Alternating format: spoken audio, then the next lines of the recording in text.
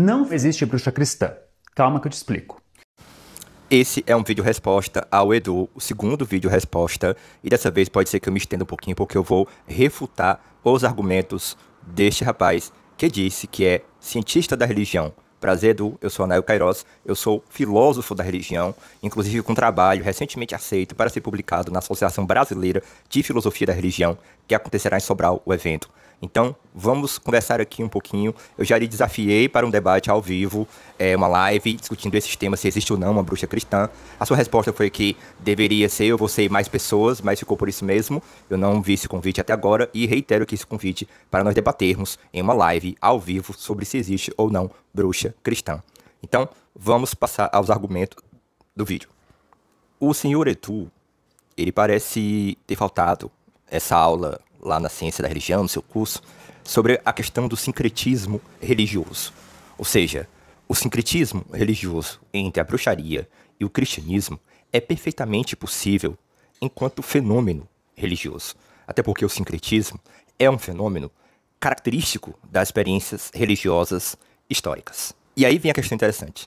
Quem nega que é possível uma bruxa cristã é a teologia dogmática, católica e protestante, e ortodoxa também, católica e ortodoxa também. Essas teologias, elas sim, eurocêntricas, opressoras, perseguidoras da diferença, elas dizem não há bruxa cristã, porque o cristianismo é diferente da bruxaria. Então, são essas teologias, por exemplo, que negam que a Umbanda é cristã. Dizem, isso aí não é cristianismo, isso é bruxaria, isso é feitiçaria, isso é espiritismo, isso é religião inferior.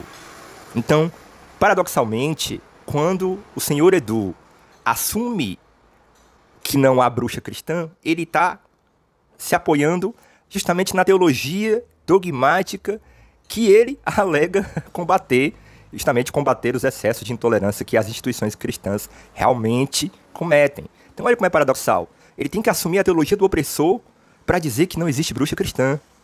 Isso é, no mínimo, contraditório. Outra coisa também é exemplos, né? Se você quer exemplos históricos de bruxas cristãs, eu cito a Preta Mandiga, eu cito as Pretas Velhas da Umbanda, que fazem bruxaria, que fazem mandiga sob o Rosário de Maria. E aí? Você vai dizer que elas não são bruxas cristãs? Elas não praticam bruxaria no horizonte do cristianismo? Acontece que você assume apenas a teologia que nega a magia. Mas você já ouviu falar de Pico della Mirandola, Marcílio de Fitino, que são teologias, tentativas teológicas de unir o cristianismo com a magia? Você já ouviu falar disso? Então, há teologias, sim, que mostram, que pregam, que é perfeitamente possível alinhar o cristianismo à magia. Mas o senhor Edu escolhe um tipo de teologia dominante para desclassificar a ideia da bruxa cristã, para invalidar enquanto fenômeno religioso. Entende?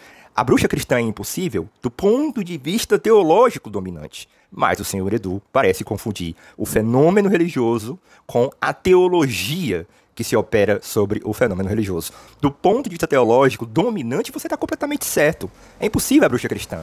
Mas do ponto de vista do fenômeno religioso, o sincretismo é perfeitamente válido. E aí você pode me argumentar, contra-argumentar, dizendo o seguinte: ah, mas esse sincretismo foi imposto.